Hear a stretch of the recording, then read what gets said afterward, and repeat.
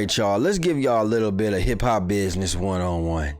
So usually when you're an up and coming artist and you're trying to get your name out there, you're usually vulnerable. You can't afford things like studio time, travel fees. You don't know any kind of business, but usually there's someone in your town that's willing to back you, invest in you. Usually somebody like an old businessman, like a car wash owner, maybe an old athlete, maybe even a drug dealer. So it's different type of scenarios where it's different people that's willing to sign with you, usually in your city, right? They usually want to rock with you. So you as the up and coming rapper, once you really get your name out there, you know, that person spent time, money, relationships maybe to get your name out there. You get hot, you sign to a major label, and the major label usually tries to throw that middleman out of the situation. We've seen that happen with Meg Thee Stallion and Carl Crawford. She's claiming he never spent a dime on her. Kind of like the same thing Young Blue's going through. We got drama in Uzi. We got Future and Rocco, where Future just said, fuck any kind of dealings we got, and let's just pretend like the actual deal never happened, and he went on with his label, and Rocco ended up coming to collect his money on the back end. So you do that just for one day for you to try to sign your own artist, just to realize you're doing the same shit to your artist that was done to you. And that's because when rappers get to a certain point, the labels get in your ear, and then you get to a point where you feel like you did everything yourself. You get a little unappreciative. So when I'm reading what Young Blue put up about Boosie, it's just some things that I have to question, especially from his past actions and the things that he said. Let's read what Young Blue said right here. I put millions in myself. Investments. Why would I let a nigga take millions from me? I tried to make millions with you and you ignore my vision. You treated me like a little dog. Came through every time you needed me. I ripped your brand all over the world on national TV, every interview, every show.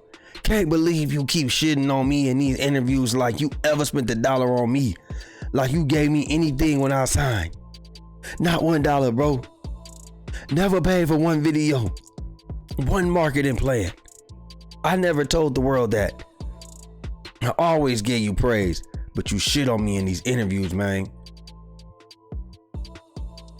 So then he said on Twitter, Vlad, you got your wish, bro.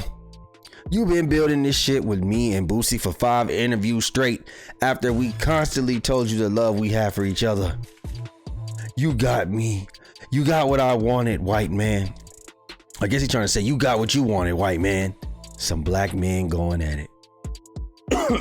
Now, all right. First, let's start with the Vlad situation, right? Because I'm going to throw this whole Vlad thing out the window. Now, he's saying that Vlad wanted to instigate this issue and he wanted to see them. No, Vlad is Boosie's dog. Like, they cool.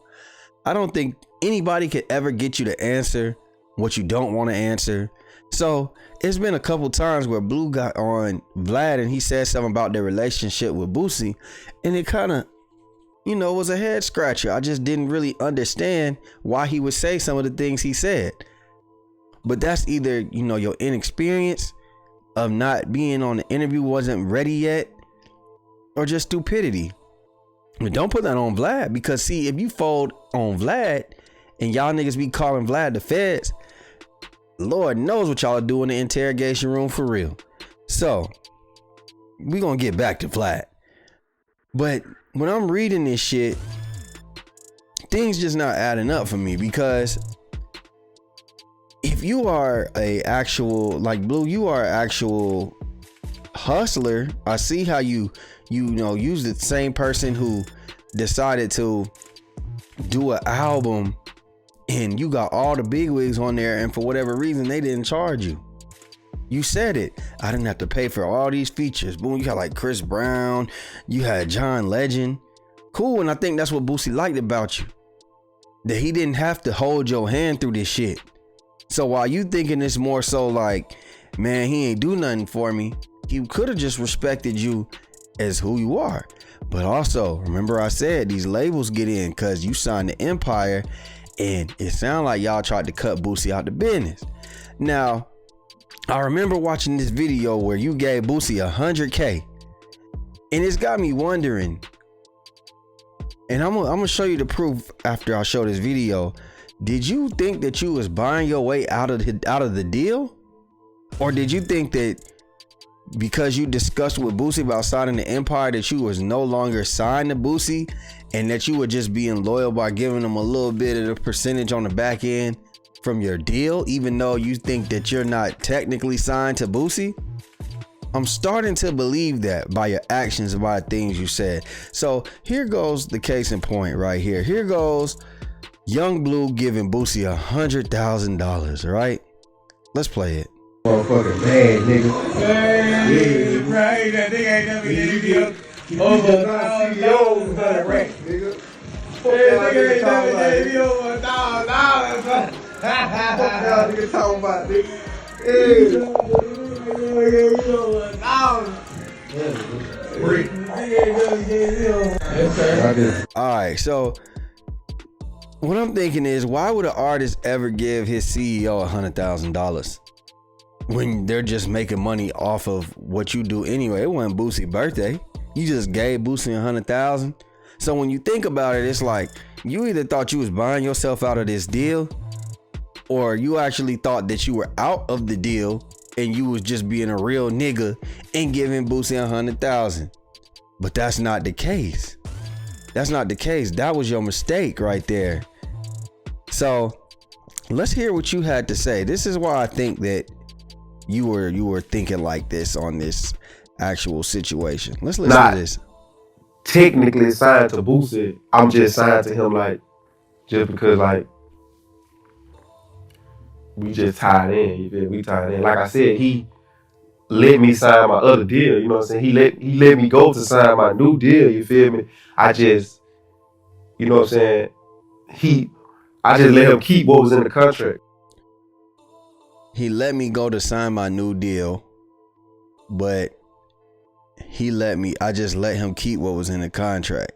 First of all, you don't have the right to control the actual terms of the contract that you actually think that you're out of. You think that you still going by them same obligations, like what, however many albums and stuff like was in the contract, like I still honored that. You feel me?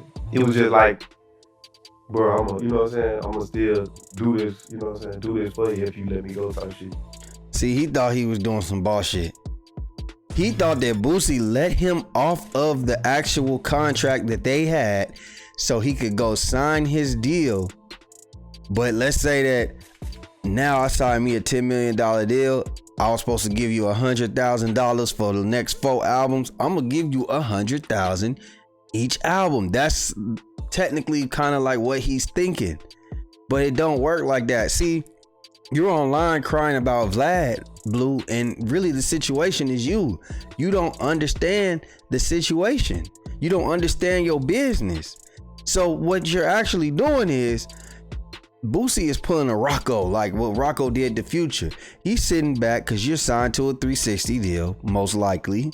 He's letting you do all your shit with your label, endorsements, shows, albums, everything that you owe him. He's gonna sue and get that on the back end, but he's letting you sit back and collect money after money after money after money, check after check after check.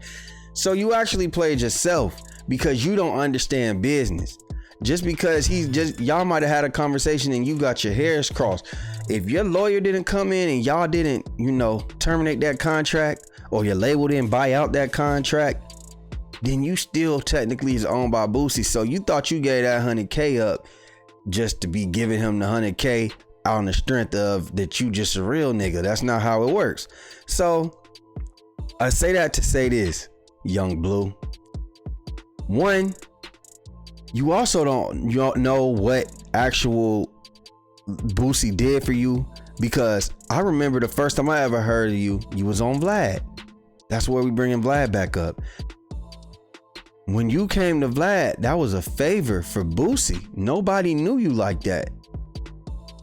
See, these are the things that is priceless. You got to skip some steps. People just don't start rapping and get on Vlad. That's the relationship of Boosie. I started listening to you because of Boosie. So I'm like, okay, that's the face card that Boosie has. That's priceless. That shit that money can't buy. Them radio stations you was hitting. that was off the strength of Boosie. Probably some of the features that, you know, the reason people even worked with you was off the face card of Boosie. Oh, this Boosie artist. You outgrew that title, but that's what working with another rapper does for you. And usually y'all don't really understand the budgets and the money that and the time that people spend that they invest on you. So for you to say that he never spent anything, I highly doubt it. And he also spent things that money can't buy. And so now you're feeling yourself. The label is trying to cut Boosie out of the middle. You got to understand that's not how business works. So most likely Boosie gonna see you in court. You shouldn't have got online saying shit like that. And there, maybe you're actually mad at Vlad because you've said things in interviews that you shouldn't have said, but that's your own fault and not Vlad. Y'all let me know what y'all think, man. Is Bleu tripping? Does Bleu have a point? Y'all let me know what y'all think, man. Like, share, subscribe, comment, hit that notification bell, and we out, baby. Boom! You are now tuned in to the LaFlare Lounge with your host, BigJusLaFlare. You are watching a master at work. Our Daddy Channel. Subscribe for Daddy Channel.